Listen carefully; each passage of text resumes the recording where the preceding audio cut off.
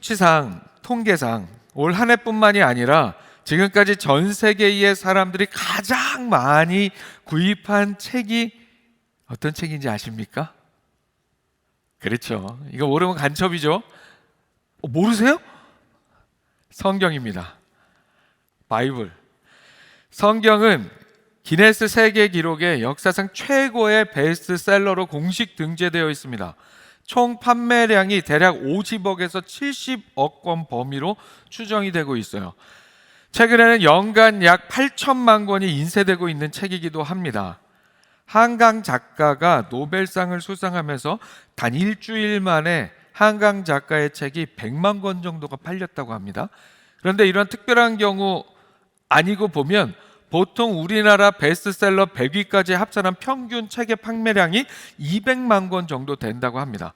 이 200만 권이 우리나라에서 그렇게 팔리고 있는 것과 생각해 보면 8천만 권이라고 하는 것은 정말 엄청난 양이라고 할 수밖에 없습니다. 읽을 수 있는 책의 종류가, 선택할 수 있는 책의 범위가 더욱더 넓어지는 이때에 변함없이 이렇게 성경이 전 세계적인 베스트셀러인 동시에 스테디셀러인 사실은 참으로 놀라운 일입니다. 한간에는 18세기 프랑스 철학자 볼테르가 100년 안에 성경은 사라지고 박물관에서나 볼 수 있게 될 것이라고 말했다는 근거 없는 이야기가 전해집니다. 그런데 실제 그런 말을 볼테르가 했든지 안 했든지 성경은 결코 박물관에만 보관된 고서가 되지 않았습니다. 성경은 오늘도 생생하게 살아있는 하나님의 말씀을 담은 생명력 있는 책으로 우리에게 주어져 있습니다. 그렇다면 사랑하는 여러분, 이런 성경을, 이런 귀한 성경을, 하나님의 말씀인 이 성경을 우리는 어떻게 대하고 있습니까? 어떻게 대하고 있으세요, 여러분? 야, 나는 1년에 책이 뭐야? 성경책 한 번 제대로 읽은 적도 없고 산 적도 없는데 도대체 8천만 권은 누가 산다는 거야? 이런 생각으로 사는 우리의 삶이 되어서는 안 됩니다. 사랑하는 여러분, 오늘 말씀은 하나님의 말씀, 이 성경에 대한 이야기예요. 성경은 우리를 살리고 세우는 능력을 가지고 있는 하나님의 말씀이 담긴 책입니다. 여러분, 우리를 살리고 우리를 세운다니까요. 그러면 이 성경을 우리가 온전히 제대로 대하지 않으면 누구 손해입니까? 우리 손해인 거예요. 오늘 말씀을 통해서 성경을 우리가 어떻게 대해야 하는지, 성경이 담고 있는 하나님의 말씀을 우리가 왜 묵상하고 그 말씀대로 실천하며 살아야 하는지 오늘 다시 한번 돌아보고 깨닫는 우리가 될 수 있기를 소망합니다. 그래서 하나님의 말씀의 능력으로 살아나고 세워지는 우리 모두의 삶이 될 수 있기를 축복합니다. 화면 보시고 함께 읽습니다. 시작. 성경은 우리를 살리는 능력의 책입니다. 아멘. 사랑하는 여러분, 성경은 우리를 살리는 능력의 책입니다. 왜 그렇습니까? 성경에 담긴 하나님의 말씀은 우리를 죄와 사망의 삶에서 새 생명의 삶으로 변화시키며 예수 그리스도를 믿는 믿음으로 말미암아 우리를 구원에 이르게 하는 지혜가 담긴 책이기 때문입니다. 사랑하는 여러분, 오늘 설교는 반복되는 설교예요. 종종 자주 듣는 이야기입니다. 하지만 그렇다고 해서 그냥 또 지나 보내는 그런 하나님의 말씀이 되어서는 안 됩니다. 오늘 이 시간에 다시 한번 성경에 대한 이 이야기 함께 나누면서 더 이상 성경에 대해서 어떤 얘기 하지 않아도 성경의 의미가 무엇인지, 하나님의 말씀의 의미가 무엇인지 잊지 않고 오늘 말씀, 오늘 설교의 교훈대로 성경을 대하며 하나님의 말씀을 대하며 살아가는 우리 모두가 될 수 있기를 축복합니다. 영원히 죽을 수밖에 없는 존재였던 우리를 살리는 책, 영원한 생명의 삶으로 변화시키는 책, 바로 우리를 구원에 이르게 하는 책이 성경입니다. 그래서 오늘 함께 읽은 본문 15절은 우리에게 이렇게 말씀합니다. 또 어려서부터 성경을 알았나니 성경은 능히 너로 하여금 그리스도 예수 안에 있는 믿음으로 말미암아 구원에 이르는 지혜가 있게 하느니라. 아멘. 왜 성경이 이렇게 우리를 구원에 이르게 하는, 우리를 살리는 능력의 책일 수 있습니까? 성경은 이 세상을 창조하시고 다스리시며 역사하시는 살아계신 하나님의 말씀이기 때문입니다. 성경 자체가 살아있는 하나님의 말씀으로서 생명력이 가득한 책이고, 우리를 십자가 대속의 피로 구원하시기 위해 이 땅에 오신 예수 그리스도라는 주제로 창세부터 요한계시록까지 그 한 주제로 관통하고 있는 책이 바로 성경이기 때문입니다. 청년 시절에 작년에 우리 교회에 오셔서 말씀도 전해주셨던 제 영적 멘토이신 정종원 목사님, 이 꿈이 있는 자를 듀오로 활동하시고 예배가 보이니 삶이 보인다 책도 쓰신 목사님이 제 청년 시절에 어느 날 갑자기 저에게 일주일 정도 지낼 짐을 싸우라고 하셨어요. 어디 간다고는 안 하고. 그리고는 그 당시 이름도 은혜로웠던 교회 봉고차 그레이스 기억하십니까? 제가 청년 시절에 교회 봉고차는 다 그레이스였어요. 이름이 은혜롭죠?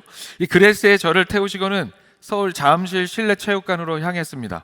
가서 보니까 거기가 성교한국 2000 대회가 열리던 곳이었어요.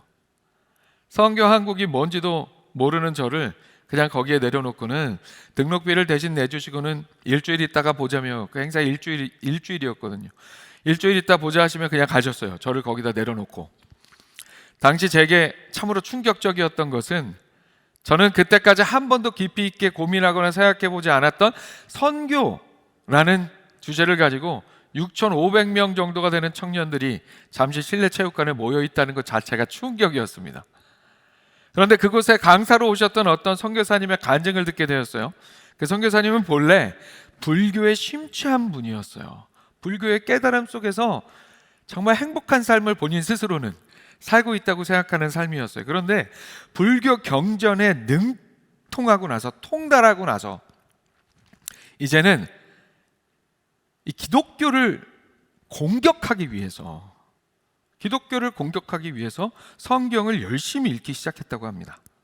그런데 성경을 읽다가 누가복음, 신약성경의 누가복음에 나오는 나인성 과부의 외아들을 살려주신 예수님에 대한 말씀을 읽고는 이분이 충격을 받게 돼요. 충격에 빠지게 됩니다. 불교 경전에도 나와 있는 똑같은 상황에 대한 이야기를, 그러나 그 해결 방법은 완전히 다른 이야기를 성경에서 만나게 되었기 때문입니다. 불교 경전에 있는 건 키사 고타미와 겨자씨 이야기입니다. 석가모니 시대에 키사 고타미라는 이름의 한 여인이 있었습니다. 가난해서 야윈 모습 때문에 고타미라는 이름에 야위고 가녀린이라는 뜻의 키사라는 별명이 덧붙여졌어요. 키사 고타미에게는 아주 어렵게 얻은 아들이 있어서 애지중지 정성으로 키우고 있었는데, 어느 날 안타깝게도 이 외아들이 죽고 맙니다. 어쩔 줄 모르던 그녀는 아이를 살려달라며 온 동네 사람들에게 매달리고, 보다 못한 사람들이 그녀를 석가모니에게 데려가자 그는 그녀에게 아들을 살릴 약을 지어주겠다고 이야기하면서 약의 재료가 되는 겨자씨를 구해오라고 합니다. 그러나 조건이 있었죠. 죽음이라는 이야기가 한 번도 없었던 집에서 받아온 겨자씨여야 한다는 조건이었습니다. 이에 키사 고타미는 온 동네를 돌아다니며 죽음이 없는 집에 겨자씨를 구하려 합니다. 그런데 아무리 돌아다녀 보아도 집안에 죽음이 없는 집은 없었습니다. 할아버지, 할머니, 아버지, 어머니, 때로는 그녀처럼 자녀를 잃은 이야기까지 모든 집에는 다 누군가는 세상을 떠난 이야기가 있었습니다. 그렇게 결국에는 죽음이 없는 집에서 겨자씨를 구하지 못하고 빈손으로 돌아온 이 여인 키사 고타미는, 그러나 아들을 살릴 수 없음에 그래서 절망하는 게 아니라 무엇인가 깨달았다는 듯이 석가모니에게 삼배를 하고는 그 아픔을 받아들였다는 이야기입니다. 이런 이야기가 불교 경전에 있는데, 이 선교사님이 기독교를 공격하기 위해서 성경을 읽다가 만난 똑같은 상황에 대한 성경의 이야기는 그 결과가 달랐습니다. 같은 상황이었습니다. 과부의 외아들이 죽었습니다. 그 상황을 목격한 예수님은 외아들을 잃은 여인을 불쌍히 여기시고 울고 있는 여인에게 울지 말라고 말씀하셨습니다. 자, 울 수밖에 없는 상황에 울지 말라 말씀하신 그 말씀에 예수님께서는 책임을 지시고 진짜 울지 않아도, 더 이상 울지 않아도 되는 상황을 그녀에게 선물로 내어주셨습니다. 예수님께서는 그녀의 죽은 외아들을 다시 살려주셔서 그녀의 품에 돌려주었습니다. 누가복음에 나오는 이야기예요. 이 두 이야기 사이에서 이 선교사님은 부처가 아닌 예수님을 믿어야겠다고 결단하게 됩니다. 인생을 무언가 철학적인 이야기로 해석해서 고통의 삶을 받아들이고 달관하도록 하는 것이 아니라 죽은 자를 살리는 권세와 능력으로 그 삶에 개입하셔서 문제를 해결해 주시고 책임져 주시는 예수님이 진정한 신이라는 사실을, 진정한 우리의 삶의 주관자가 되어주신다는 사실을 이 선교사님이 깨달았기 때문입니다. 선교사님은 성경 전체를 통해서 창조주 하나님, 독생자 예수님을 이 땅에 보내셔서 그렇게 죽을 수밖에 없는 우리에게 새 생명을 주신, 우리의 모든 것을 책임져 주시는 하나님의 사랑을 더욱더 깨닫게 되었고, 결국에는 그래서 기독교를 공격하기 위해서 성경을 읽기 시작했는데 결국에는 자신의 목숨을 걸고 그 성경의 이야기를, 주의 복음을 전하는, 그 사랑을 전하는 선교사가 되었다는 그런 간증이었어요. 우리가 서로 할 수 있는 위로 이상의 더 큰 위로, 진정한 위로, 더 큰 소망, 세상이 줄 수 없는 평안으로 우리와 함께 하시며 우리에게 참된 생명을, 영원한 생명을 선물해 주시는 분이시라는 사실을 우리가 잊지 말아야 한다는 이야기입니다. 그래서 사실 성경을 읽다가 그렇게 성경의 하나님의 말씀에 의하여 예수 그리스도 안에서 구원의 삶에 이르게 된 인생들, 우리를 살리는 말씀의 능력을 경험한 인생들의 이야기가 세상에 가득합니다. 뭐 세상 어디 가서 찾아야만 하는 것도 아니고 바로 이곳에 오늘 함께 예배하는 우리들, 우리 한 사람 한 사람, 오늘 이 자리에 있는 수많은 예배자들의 삶이 바로 그 증인들의 삶 아닙니까? 여러분, 하나님의 말씀으로 예수 그리스도를 만나게 되고 예수 그리스도로 인하여 구원에 이르게 되는 은혜를 우리가 그래서 죽다 살게 되지 않았습니까? 그렇지 않습니까, 여러분? 이 모든 것이 성경을 통해 우리에게 전하신 하나님의 말씀, 복음의 역사로 인한 일입니다. 그래서 우리에게는 하나님의 말씀이, 성경이 참으로 귀하고 중요하고 필요한 책인 줄로 믿습니다. 오늘 말씀 기억하면서 우리를 살리는 하나님의 말씀, 성경을 통해서 이 땅의 삶에서부터 죽음에서 영원한 생명으로, 절망에서 소망으로, 슬픔에서 기쁨으로, 아픔에서 치유와 회복으로 변화되는, 그렇게 죽다가 살아나는, 우리를 살리는, 무엇보다 우리를 구원에 이르게 하는 말씀의 능력을 깨닫고 경험하고 누리며 살아가는 우리 모두가 될 수 있기를 축복합니다. 아멘. 화면 보시고 다시 한번 함께 읽습니다. 시작.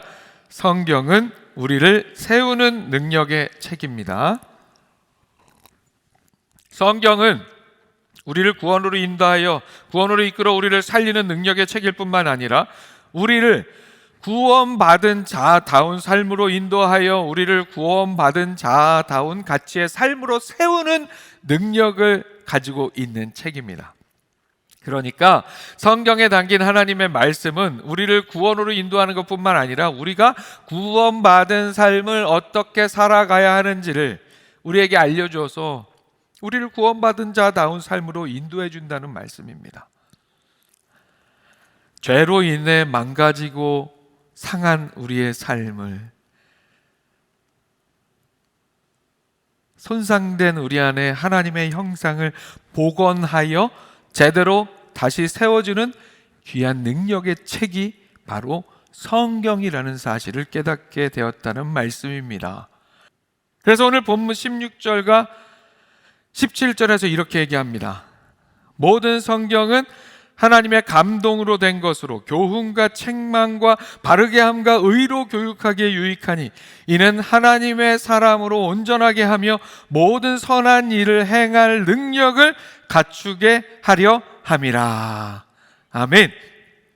이 말씀 속에서 온전하게 하며, 이 온전하게 한다는 것이 바로 그 의미입니다. 복원하여 다시 세운다는 의미입니다.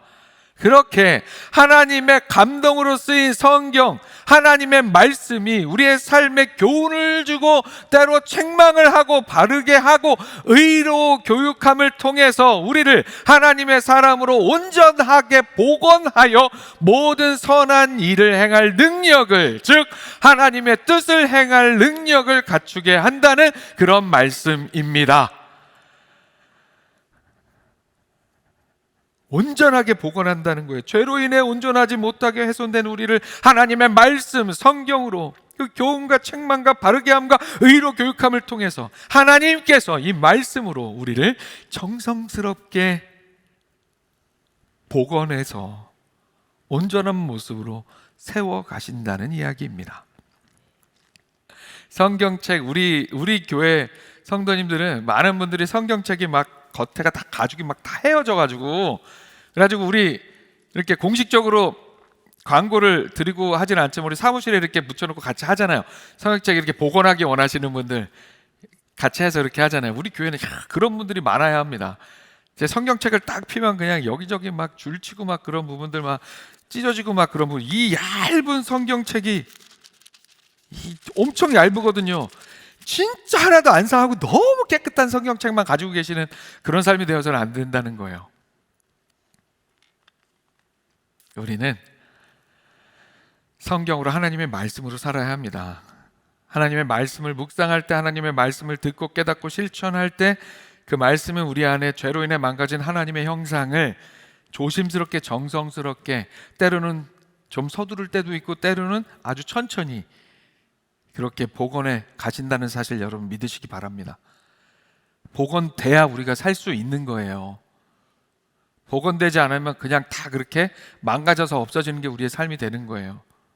성경이 우리를 복원하십니다. 그래서 우리가 이런 찬양 부르는 거예요. 무슨 찬양 부를 것 같으세요? 맞춰보세요. He's changing me. 사랑의 주님 아니에요. 옛날 알던 그 사랑 때론 느리지만 난 알고 있죠. 언젠가 완전해져요. 아멘. 매일매일 조금씩 매일매일 변하지요.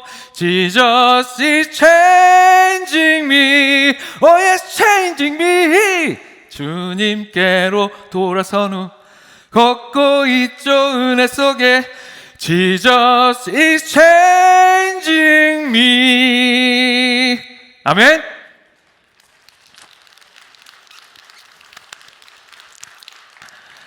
죽을 뻔했어요. 높게 잡아가지고.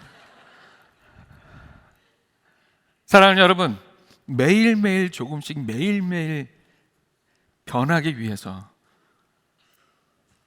언젠가 완전해지는 우리의 삶으로 제대로 복원되어 가기 위해서 저절로 되는 게 아니에요. 하나님의 말씀으로 살아야 합니다. 하나님의 말씀으로 죽음에서 생명으로, 죽음에서 구원으로 옮겨진 우리 삶이 또한 하나님의 말씀으로 계속해서 복원되어 갑니다. 하나님의 본래 창조의 원형 모습 그대로 복원되어 가는 거예요. 사도 바울이 이런 말씀을 했습니다. 그러므로 나의 사랑하는 자들아, 너희가 나 있을 때뿐 아니라 더욱 지금 나 없을 때에도 항상 복종하여 두렵고 떨림으로 너희 구원을 이루라. 사도 바울은 빌립보 교인들을 향하여 교회를 신앙으로 이끄는 자신이 있을 때뿐만이 아니라 그가 선교 사역으로 인해 그들과 함께 있지 않을 때에도 항상 하나님의 말씀에 복종하여 즉 그 말씀을 묵상하고 깨닫고 실천하여 두렵고 떨림으로 너희의 구원을 이루라고 명령합니다. 사랑하는 여러분, 하나님의 말씀을 읽고 듣고 묵상하고 깨닫고 실천하는 일을 통해서 말씀이 우리의 망가진 하나님의 형상을 복구해 가도록 하는 것, 그것이 바로 두렵고 떨림으로 우리의 구원을 이루어가는 삶입니다. 우리가 구원을 우리의 능력으로 얻는다는 말이 아니라 하나님의 은혜로 말씀에 성경에 인도하시는 능력으로 구원받은 우리가 그 구원받은 자다운 삶으로 죄악으로 훼손된 우리 삶을, 심각하게 손상된 우리 안에 하나님의 형상을 복구받아 회복의 삶으로 세워져 간다는 것을 의미합니다. 오늘 말씀 기억하며 우리를 세우는 하나님의 말씀인 성경의 능력으로 그렇게 말씀을 잘 읽고 듣고 묵상하고 깨닫고 실천함을 통해서 말씀에 의해서 잘 복원되어져 가는, 그렇게 하나님의 사람으로 구원받은 자다운 삶으로 아름답게 세워져 가는 우리 모두가 될 수 있기를 축복합니다. 말씀 정리합니다.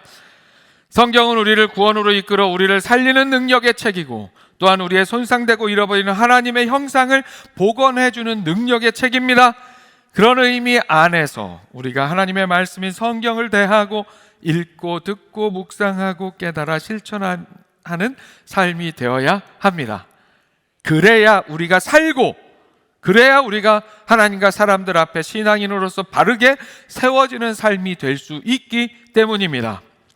그런 것과 같습니다. 약 중에는, 우리가 복용하는 약 중에는 한 번만 먹어도 되는 약이 있고 계속 복용해야 되는 약이 있습니다. 구약과 신약은 계속 복용해야 하는 약입니다.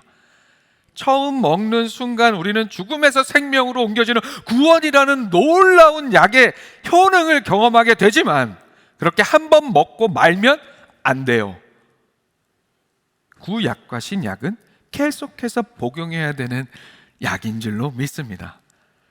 성경은 때를 얻든지 못 얻든지 말씀을 전파하라 했는데, 그렇게 하기 위해서 우리는 때를 얻든지 못 얻든지 항상 구약과 신약을 복용해야 합니다.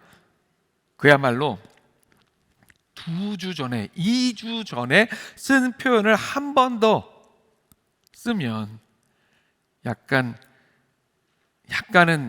좀 우리 신앙의 언어와 어울리지 않는다고 이미 말씀드렸잖아요. 하지만 그 표현을 우리가 기억하기 위해서 다시 한번 쓰면, 닥치는 대로 말씀을 읽고 듣고 묵상하고 깨닫고 실천함으로 그렇게 닥치는 대로 구약과 신약을 계속해서 복용하는 우리가 될 수 있어야 합니다. 눈치채신 분들 있으면 좋겠는데, 지지난주에 말씀 나눈 제목 닥치는 대로 기도하라 이어서 지난주 얘기는 제목을 그렇게 쓰지는 않았지만 결국에는 닥치는 대로 예배하라, 닥치는 대로 예배하라는 의미였고요. 오늘 말씀은 결국 닥치는 대로 성경을 읽고 듣고 묵상하고 실천하라는 그런 설교입니다. 닥치는 대로 시리즈로 하기에는 어감이 너무 쉽지 않아서 제목은 다르게 하지만 은근히 그 메시지로 계속 나누고 있어요. 우리가 닥치는 대로 말씀을 읽고 듣고 묵상하고 실천할 때 우리를 구원으로 이끄는 능력이 되는 말씀이 또한 우리의 삶을 온전하게 복원하는 복원 전문가로서의 역할을 하게 됩니다. 살아계신 하나님께서 말씀을 통해 그렇게 역사하십니다. 그 사실을 잊지 않고 오늘 말씀의 교훈대로 성경을 대하는, 하나님의 말씀을 온전히 읽고 듣고 묵상하고 깨닫고 실천하는 우리 모두의 삶이 될 수 있기를, 그래서 그 말씀의 능력을 온전한 나의 것으로 누리며 살아가는 우리 모두가 될 수 있기를 주님의 이름으로 축원합니다.